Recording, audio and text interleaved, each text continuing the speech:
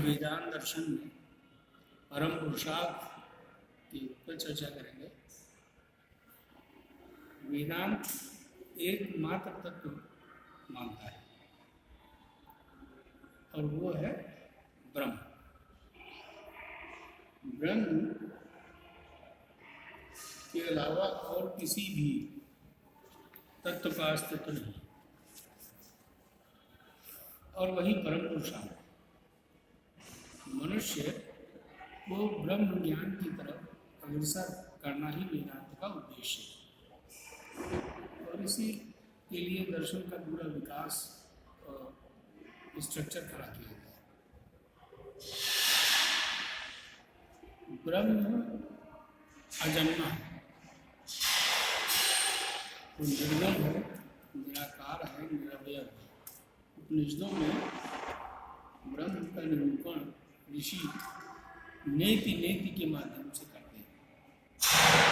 नेति से तात्पर्य है न इति, ऐसा नहीं है। अब कैसा नहीं है तो कहते हैं कि ब्रह्म लंबा नहीं है। शिष्य पूछता है तो क्या बहुत बड़ा है, विशाल का है? कहते नहीं, न इति। किसी भी प्रकार के गुण का आरोपण परब्रह्म को सीमित कर देगा, इसलिए उसमें किसी भी गुण का आरोपण नहीं किया जाता। अगर उसे हम लंबा कहेंगे तो वो छोटा नहीं रहेगा, छोटा कह देंगे तो लंबा नहीं रहेगा। इसलिए बृहदारण्यक में नेति नेति के द्वारा याज्ञवल्क्य ऋषि ने ब्रह्म का निरूपण किया और आत्मा ब्रह्म के अंश के रूप में विद्यमान है। इसीलिए अहम ब्रह्मास्मि का जो महावाक्य उपनिषद ने दिया वो सार्थक होता है कि मनुष्य वास्तव में ब्रह्मांश है, किंतु अज्ञानवश वो स्वयं को जीव समझने लगता है। ब्रह्म का चित्रण दो प्रकार से किया गया है, एक उसका स्वरूप लक्षण, दूसरा उसका तटस्थ लक्षण। स्वरूप लक्षण क्या है? सत्यम ज्ञानम अनंतम। सत्यम ज्ञान अनंतम ब्रह्म, यह सच्चिदानंद स्वरूपम। और ये 6 के 6 एक ही चीज है। जैसे हम बहुत अच्छी तरह जानते हैं कि जो सत्य है वही ज्ञान है, जो सत्य नहीं है वो ज्ञान नहीं है, वो ज्ञान का आभास मात्र है। और सत्य ही अनंत है, क्योंकि सत्य का कभी अंत नहीं होता, वो आदिकाल से चला आ रहा है और वेदांत की मान्यता है कि वो अनंत काल तक इसी प्रकार चलता रहेगा, इसका कभी अंत नहीं हो सकता। दूसरी परिभाषा है सच्चिदानंद स्वरूपम ब्रह्म। ब्रह्म सत है, चित है और आनंद स्वरूप है। अब चित्त क्या है, इसको भी आप गहराई से देखिए तो चित्त ही चेतना है और चेतना ही सत्य है। जब मनुष्य के शरीर से चेतना निसरित हो जाती है तो शरीर शांत हो जाता है और उसका समापन हो जाता है यात्रा का। फिर आता है आनंद। हम लोग बहुत अच्छी तरीके से जानते हैं कि आनंद और सुख ये दो भिन्न भिन्न अवस्थाएं हैं। सुख के साथ हमेशा दुख जुड़ा हुआ है।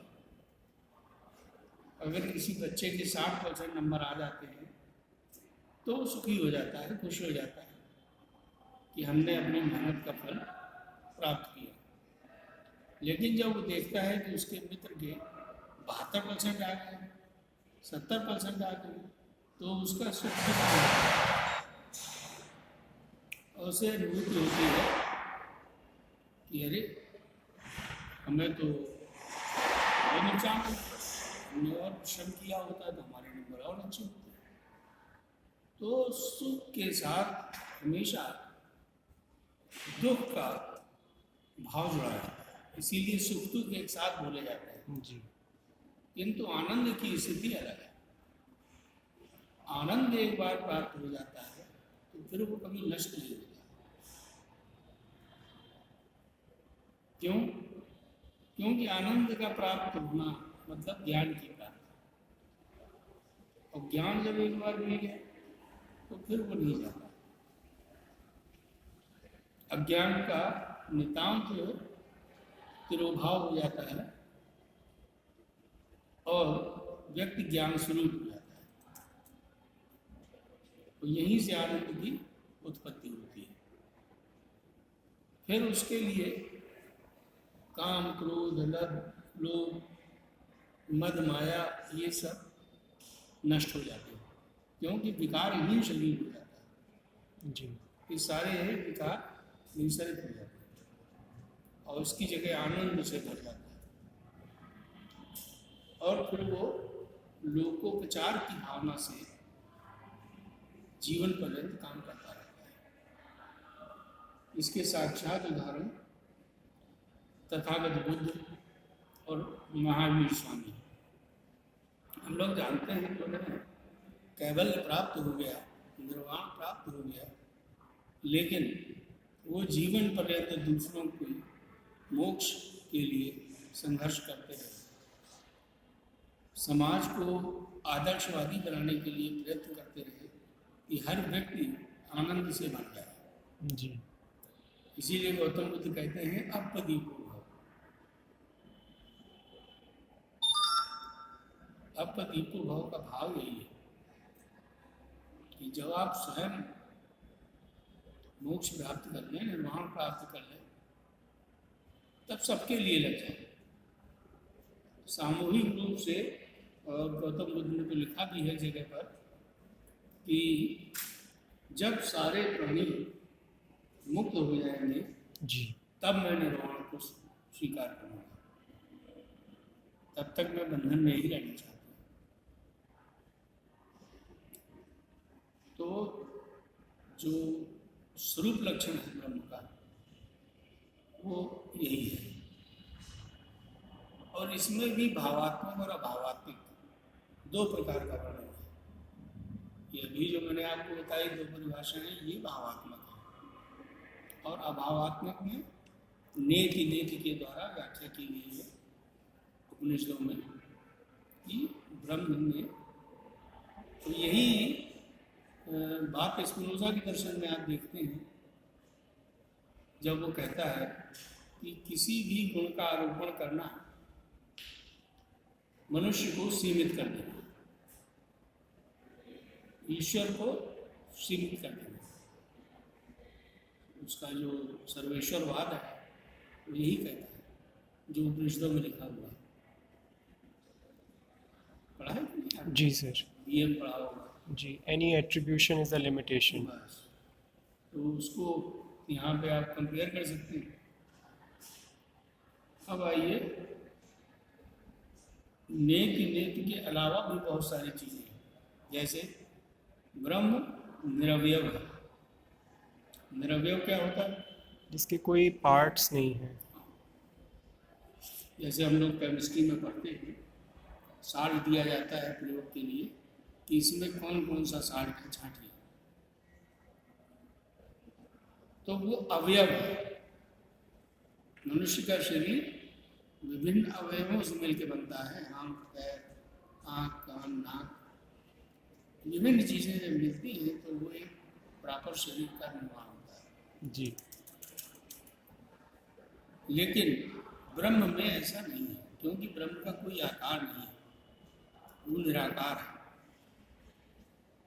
निरतिशय है, निरपेक्ष है। ब्रह्म को किसी के होने की अपेक्षा नहीं। जैसे ईश्वर को अपने भक्त की अपेक्षा है, भक्ति में दो तत्व होंगे, एक भक्त और दूसरा परमात्मा। लेकिन निर्गुण ज्ञान जो है, निरपेक्ष का ज्ञान, इसमें भक्त की कोई अनिवार्यता नहीं, दोनों बिल्कुल अलग है। अब स्वरूप लक्षण के बाद हम लोग तटस्थ लक्षण पे आते हैं। तो आचार्य शंकर ने कई स्थानों पे सगुण ब्रह्म को भी स्वीकार किया है, लेकिन जो परम पुरुषार्थ है वो निर्गुण ब्रह्म है, वो सगुण ब्रह्म नहीं है, वो निर्गुण ही है। निर्गुण ही है। अब तटस्थ लक्षण क्या होते हैं? तटस्थ किसे कहेंगे? जिस प्रकार नदियां अपने किनारों को बदलती रहती हैं, जिस समय बरसात होती है, बाढ़ आती है, तो उनका अनंत विस्तार हो जाता है, तो उनके तटों का भी विस्तार हो जाता है। और जब गर्मी का महीना होता है, जब बहुत प्रचंड गर्मी होती है, बारिश बंद होती है, तो वही नदियाँ सिकुड़ जाती हैं, उनका आकार थोड़ा सूक्ष्म हो जाता है। तो तटों का बनना बिगड़ना ये एक सतत प्रक्रिया है जी। लेकिन निर्गुण में कोई बदलाव संभव नहीं है, वो तो फिक्स है। जी जी। इसीलिए ईश्वर को शंकराचार्य ने सगुण ब्रह्म की जगह रखा है। वही सृष्टि का निर्माण करता है, जीव जंतुओं जंगल सबको पालता पोसता है, वही बारिश कराता है जिससे जंगल सरसब्ज होते हैं, और अंत में वही संहार करता है और नवनिर्माण की प्रक्रिया चालू कर देता है। तो ये तीनों सोपान करने वाला ईश्वर है, जी। जिसे सगुण ब्रह्म कहा जाता है। इसके विपरीत आचार्य रामानुज निर्गुण ब्रह्म को स्वीकार नहीं करते, वो केवल सगुण ब्रह्म को मानते हैं। उनका मानना है कि भक्ति करने से ही ईश्वर की प्राप्ति होगी, और जब हम भक्ति मार्ग पर चलेंगे तो हमें ईश्वर का साक्षात्कार हो जाएगा, और ईश्वर का साक्षात्कार होने से हम मुक्त हो जाएंगे। जी। ये बंद कर दो।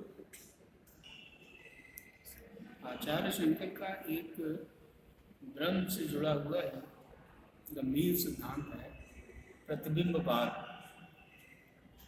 प्रतिबिंबवाद उदाहरण सहित वो समझाते हैं कि जिस प्रकार सूर्य तालाब में बहुत बड़े आकार का दिखाई देता है,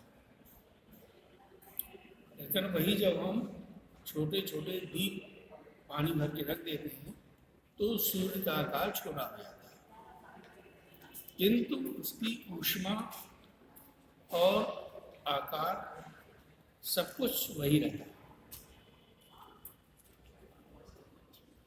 यथा पिंडे तथा ब्रह्मांडे, जो पिंड यथा पिंडे तथा ब्रह्मांडे, तात्पर्य ये है कि जो निर्गुण निराकार परब्रह्म है, ये विभिन्न मानव आकारों में, जीव जंतुओं में प्रतिबिंब होता है। वास्तव में ये ब्रह्म स्वरूप है, लेकिन एक आकार विशेष में सिमट जाने के कारण इसमें उतनी ऊर्जा नहीं है जितनी ब्रह्म में। जैन दर्शन भी इसी प्रकार से सिद्ध करता है कि जीव अनेक प्रकार के होते हैं, एक इंद्रिय, द्विंद्रिय, त्रिइंद्रिय और चतुरिंद्रिय, पंचेंद्रिय। मनुष्य की गणना पंचेंद्रिय प्राणियों में की जाती है, जबकि बहुत सारे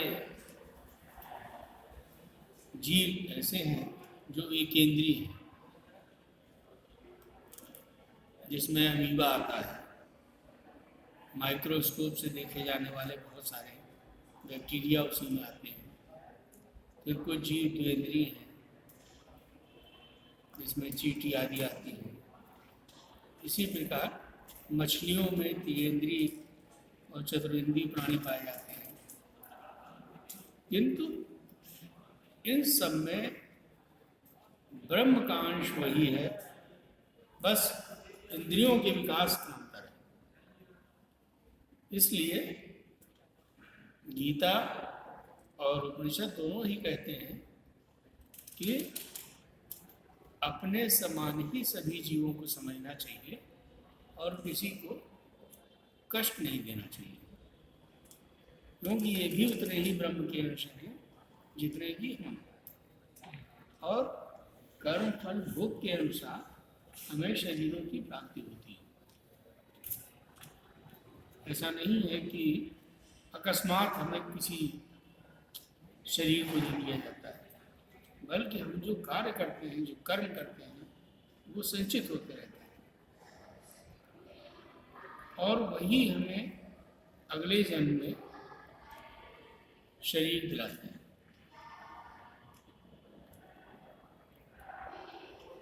तो यही कृतकर्म भोग का सिद्धांत है। और जिस समय वो छोटा दिया फोड़ दिया जाता है तो वो तालाब में समा जाता है और बड़े आकार को ग्रहण कर लेता है सूर्य के। और जब वो छोटे आकार में कर दिया जाता है तो बिंब उसका छोटा हो जाता है। मतलब जिस समय शरीर शांत होता है तो आत्मा वापस ब्रह्म में लीन हो जाती है और शरीर द्वारा किए गए कर्मों का फल भोगती है पुनर्जन्म के माध्यम से। यही प्रतिबिंबवाद से तात्पर्य है आचार्य का कि हम ये समझें कि हम ब्रह्म से अलग नहीं, और जब तक ये ज्ञान हमें वास्तविक रूप में नहीं हो जाता तब तक हम अज्ञान में पड़े रहेंगे और हमें कभी भी सच्चिदानंद स्वरूप का ज्ञान नहीं हो पाएगा। उस ज्ञान के लिए आवश्यक है कि हम स्वयं के वास्तविक स्वरूप, जिसे स्वरूप लक्षण कहा गया है परम पुरुषार्थ का, उसको हम प्राप्त नहीं कर लेते।